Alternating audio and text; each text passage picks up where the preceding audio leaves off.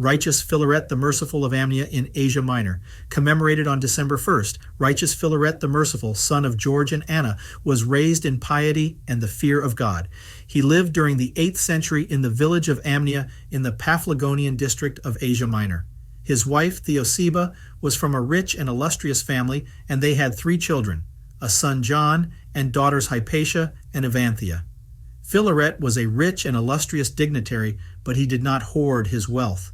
Knowing that many people suffered from poverty, he remembered the words of the Savior about the dread last judgment and about these least ones. The Apostle Paul's reminder that we will take nothing with us from this world, and the assertion of King David that the righteous would not be forsaken. Philaret, whose name means lover of virtue, was famed for his love for the poor. One day Ishmaelites or Arabs attacked Paphlagonia, devastating the land and plundering the estate of Philaret. There remained only 2 oxen, a donkey, a cow with her calf, some beehives, and the house, but he also shared them with the poor. His wife reproached him for being heartless and unconcerned for his own family.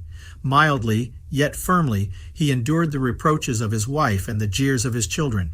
"I have hidden away riches and treasure," he told his family, "so much that it would be enough for you to feed and clothe yourselves, even if you lived 100 years without working." The saint's gifts always brought good to the recipient. Whoever received anything from him found that the gift would multiply, and that person would become rich. Knowing this, a certain man came to St. Philaret asking for a calf so that he could start a herd. The cow missed its calf and began to bellow. Theoa said to her husband, "You have no pity on us, you merciless man, but don't you feel sorry for the cow? You have separated her from her calf." The saint praised his wife and agreed that it was not right to separate the cow and the calf. Therefore, he called the poor man to whom he had given the calf and told him to take the cow as well. That year there was a famine, so St. Philaret took the donkey and went to borrow 6 bushels of wheat from a friend of his. When he returned home, a poor man asked him for a little wheat, so he told his wife to give the man a bushel. Theoa said, "First you must give a bushel to each of us in the family, then you can give away the rest as you choose." Philaretos then gave the man 2 bushels of wheat. Theoa said sarcastically, "Give him half the load so you can share it." The saint measured out a 3rd bushel and gave it to the man. Then Theoa said, "Why don't you give him the bag too, so he can carry it?" He gave him the bag. The exasperated wife said, "Just to spite me, why not give him all the wheat?" St. Philaret did so. Now the man was unable to lift the 6 bushels of wheat, so Theoa told her husband to give him the donkey so he could carry the wheat home. Blessing his wife, Philaret gave the donkey to the man, who went home rejoicing. Theoa and the children wept because they were hungry. The Lord rewarded Philaret for his generosity. When the last measure of wheat was given away, an old friend sent him 40 bushels. Theoa kept most of the wheat for herself and the children, and the saint gave away his share to the poor and had nothing left. When his wife and children were eating, he would go to them, and they gave him some food.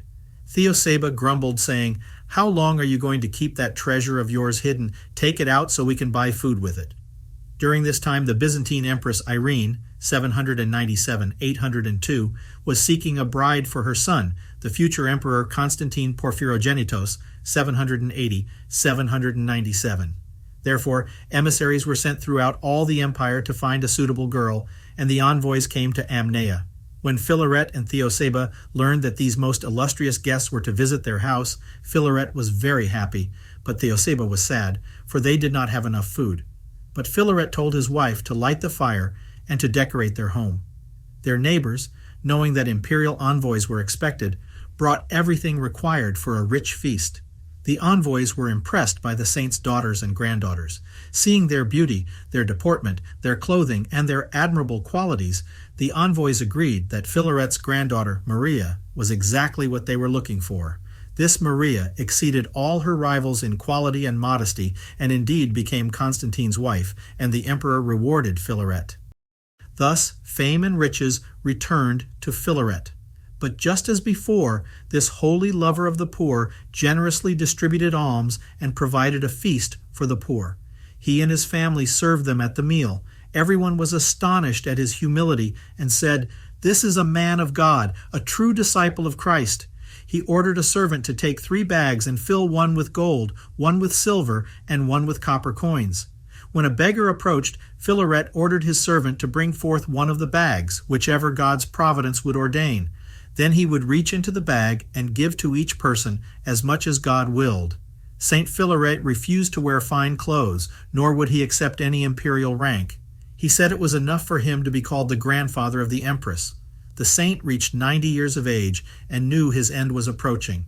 He went to the Rodolphia, the Judgment, monastery in Constantinople.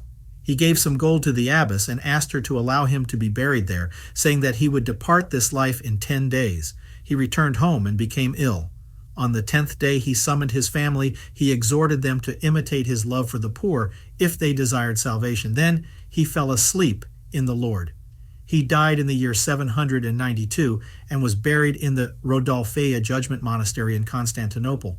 The appearance of a miracle after his death confirmed the sainthood of righteous Philaret. As they bore the body of the saint to the cemetery, a certain man, possessed by the devil, followed the funeral procession and tried to overturn the coffin. When they reached the grave, the devil threw the man down on the ground and went out of him. Many other miracles and healings also took place at the grave of the saint. After the death of the righteous Philaret, his wife Theoa worked at restoring monasteries and churches devastated during a barbarian invasion. Ave